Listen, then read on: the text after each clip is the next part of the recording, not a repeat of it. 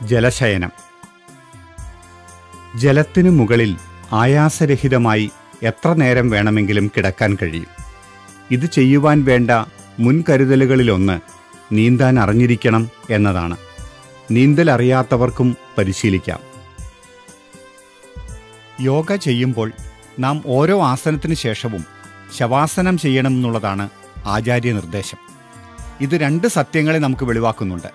അതിലൊന്ന്, യോഗ എന്ന അഭ്യാസത്തെ വളരെ വലുതായ ശാരീരിക ജോലിയായും അതുപോലെ തന്നെ അതനുഷ്ഠിക്കുമ്പോൾ അനുഭവപ്പെടുന്ന മാംസപേശികളുടെയും അവയവഗ്രന്ഥികളുടെയും സങ്കോച വികാസങ്ങളിൽ നിന്നും പൂർണ്ണമായി യഥാർത്ഥ അവസ്ഥയിലേക്ക് എത്തൽ. 2, എന്തൊക്കെ ചെയ്താലും അവസാനം ശവാസനത്തിലാണ് അവസാനിക്കേണ്ടത് എന്ന ഓർമ്മപ്പെടുത്തൽ. ഓരോ ക്രിയയുടെയും അവസാനം അത് ചെയ്യുമ്പോൾ നിത്യമായ ശവാസനത്തിന് ബുദ്ധിമുട്ടുണ്ടാവില്ല എന്ന ലളിതസുന്ദരമായ സത്യവും കൂടെ നമ്മെ ഓർമ്മപ്പെടുത്തുന്നു.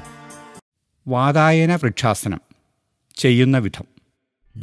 ജലശയനത്തിൽ ശരീരം ബാലൻസ് ചെയ്തതിനു ശേഷം വലതുകാൽ ഇടതുകാലിന് മുകളിലൂടെ പിടിച്ചുകൊണ്ടുവന്ന് മുട്ടുകളിലാണ് വെക്കേണ്ടത്. ശേഷം മേൽപ്പറഞ്ഞ രീതിയിൽ കൈകൂപ്പി നിൽക്കുകയും പിന്നീട് തോളിന് സമാന്തരമായി പിടിക്കുകയും ചെയ്ത ശേഷം കൈകൾ നിവർത്തി പിടിച്ചതിന് ശേഷം ഒരു കൈ മടക്കി തലയുടെ പുറകുവശത്തായി വയ്ക്കുക. ശേഷം ശ്വാസമെടുത്ത് പൂരകം, കുംഭകം, രേചകം ചെയ്യുക. ശ്രദ്ധിക്കേണ്ടത്, വലതുകാൽ മടക്കി വയ്ക്കുമ്പോൾ ഇടത് കൈയാണ് തലയ്ക്ക് പിറകിൽ മടക്കി വയ്ക്കേണ്ടത്. അല്ലാത്ത പക്ഷം ബാലൻസ് തെറ്റി മുങ്ങിപ്പോകാനിടയുണ്ട്. കാലു മാറ്റുന്ന പക്ഷം യഥാക്രമം കൈകളും മാറ്റേണ്ടതാണ്. ജലത്തിന് മുകളിലുള്ള ഈ കിടപ്പ് കാഴ്ചയ്ക്കും കാഴ്ചക്കാർക്കും ബഹുരസമായിരിക്കും. ഒരു കാലും ഒരു കൈയും ത്രികോണാകൃതിയിലും മറ്റേത് നീളത്തിലും കൗതുകകരമായ കാഴ്ച തന്നെ.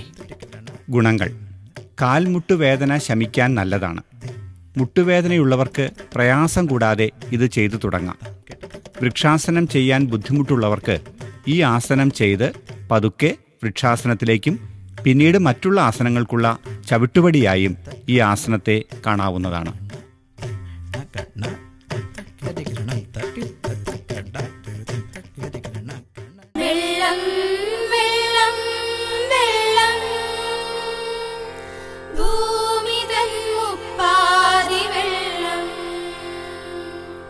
വെള്ളം വെള്ളം വെള്ളം ഭൂമിതൻ മുപ്പാതി വെള്ളം.